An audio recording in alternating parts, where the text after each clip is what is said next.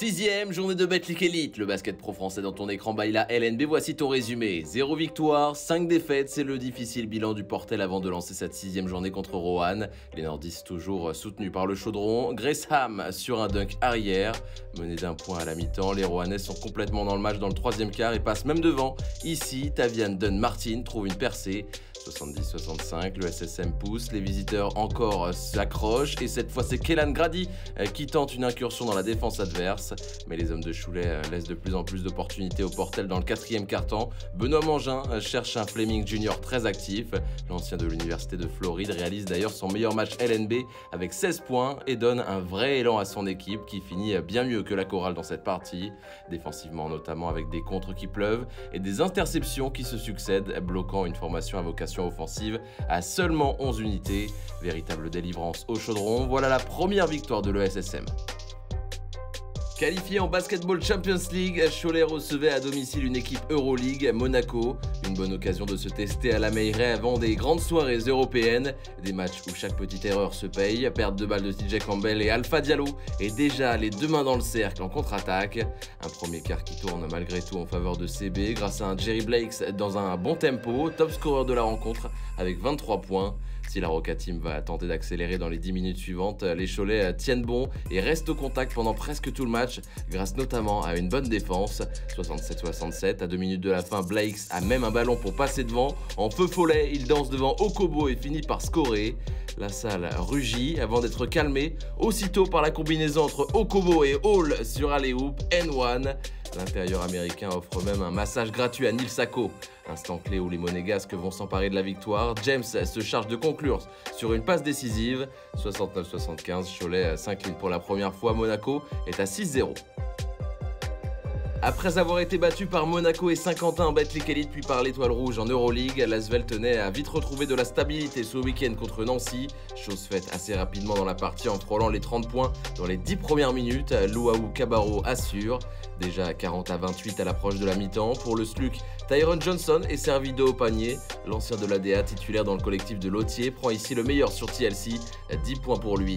En face, celui qui fait la chanson, c'est Frank Jackson, très discret contre Monaco et le SQBB avec 2 points et 5 points. Il en mettra 20 contre Nancy pour finir top scorer, 2 sur 3 de près et surtout un impeccable 4 sur 4 derrière l'arc, le tout en 19 minutes.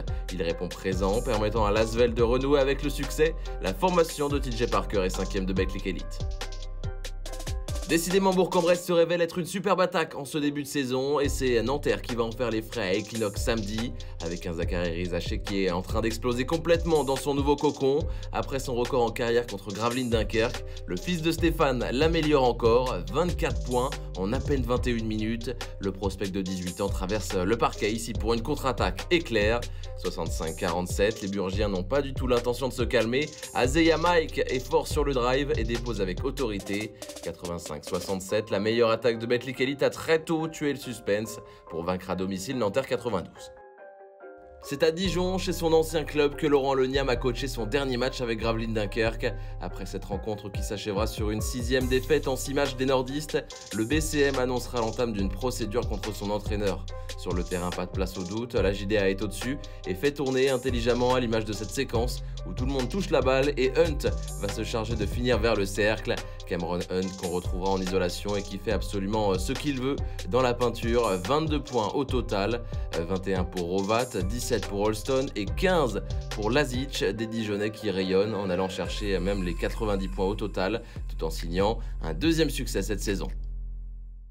Un vrai match accroché en revanche à Antares entre le MSB et la SIG. Après avoir subi la foudre dans le début du 2e quart, les Strasbourgeois vont sonner la révolte pour remonter au score. Ivernizzi de loin s'applique, 33-32.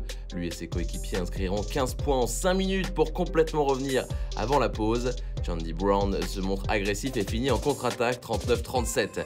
Mais soutenu par un public qui donne de la voix, les Manceaux proposent une belle 2e période. Williams s'y reprendra à 2 fois et ça fonctionne. Panier avec la faute et Le Mans va refaire le trou.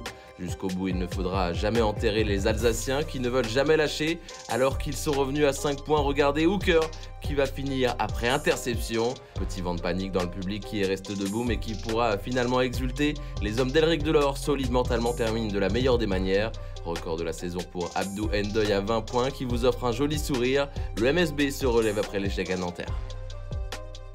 Limoges n'a plus gagné à Beaublanc depuis le 15 avril 2023 sur le jour des 30 ans du titre de 93. Blois, qui d'ailleurs l'avait emporté pour sa dernière visite en avril, se dit pourquoi pas et commence par le dessert. Un concept qui ne plaît visiblement pas à Chitou. Quelques instants plus tard, il dévorera Josh Hawley. Ça savoure forcément ce genre d'action qui fait exploser la salle. Quel poster! 55-60. Pour autant, dans cette fin de troisième quart-temps, ce sont toujours les Blésois qui sont devant. C'est le moment choisi pour Lang pour responsabiliser ses coéquipiers. Lucas Hugolin patiente avant de déclencher. Les commandes ont été prises par les Limogeaux alors que cette rencontre prend des allures de combat de boxe. Nemanja Nenadic propose une bonne coupe et conclut avec 22 unités, record LNB. C'est le moment d'être fort dans la tête pour les joueurs de Michael et Tobin Carberry sur un drive d'instinct sanctionne Limoges 79-77. Pas suffisant pour l'emporter car le CSP inscrira 27 points dans les 10 dernières minutes pour gagner et stopper la série de 5 défaites à domicile. Saint-Quentin galvanisé après sa victoire contre l'Asvel a le luxe de rejouer dans une salle de Pierre Rat toujours en feu. Meilleur passeur de Betclic Elite malgré un statut de remplaçant, Lucas Boucaud continue de se sublimer, 6 caviar. Dans ce duel de promu en face, le maestro s'appelle Eito. Sifflé copieusement, il reste froid pour trouver des failles dans la défense du SQBB. Lionel Godou, bien servi, termine. L'ancien de Saint-Quentin, d'ailleurs très propre avec 15 points. Pour lui, c'est l'inverse, c'est un ancien de Chalon, Mathis Dossouyovo. Le MVP de Pro B prend un catch and shoot et obtient même le contact derrière. 73-67, évidemment, le ballon va aller dans les mains d'Antoinetto qui, malgré une incroyable pression, s'en sort pour trouver une passe lumineuse. Godou écœure encore ses anciens supporters au buzzer. Mais voici l'action qui fera basculer la rencontre. La jeunesse, comme souvent, n'a pas froid aux yeux. Melvin Aginsa, meilleur jeune de Pro B l'an dernier, joue déjà les vétérans en Betclic Elite. Drive costaud, plus 6. Les locaux ne seront plus repris et Saint-Quentin est 8e. Le dernier affrontement du week-end à l'Accor Arena, derby francilien entre le Paris Basketball et Boulogne-le-Valois. Le premier pour Nadir Ifi qui vivait aussi son premier Bercy en match officiel. Le meneur qui visiblement l'avait coché dans son calendrier. À moins 10 rapidement, les Mets vont pouvoir avoir un peu de sursis grâce à Dibost au scoring et à la passe. 25 pions, 4 passes, celle-ci pour Carlton. Mais malgré un excellent deuxième quart, Boulogne-le-Valois a fait la course derrière ici. Nadir Ifi a toujours autant envie de jouer pour lui et la défense ne le tiendra pas. Très prolifique, il finira MVP avec 22 points en seulement 15 minutes de temps de jeu. Bien accompagné par TJ Short, le Paris Basketball se dirige sereinement vers un succès. Malgré ce coup de chaud de Dibost de loin, l'incendie sera vite éteint par des Parisiens sûrs de leur force et désormais dauphins de Monaco. Pour la 7e et prochaine journée, samedi, Nadir Ifi et Paris contre Le Portel, Limoges Cholet ou encore Blois Dijon. Dimanche, le choc Monaco Bourg-en-Bresse et Nanterre Asvel.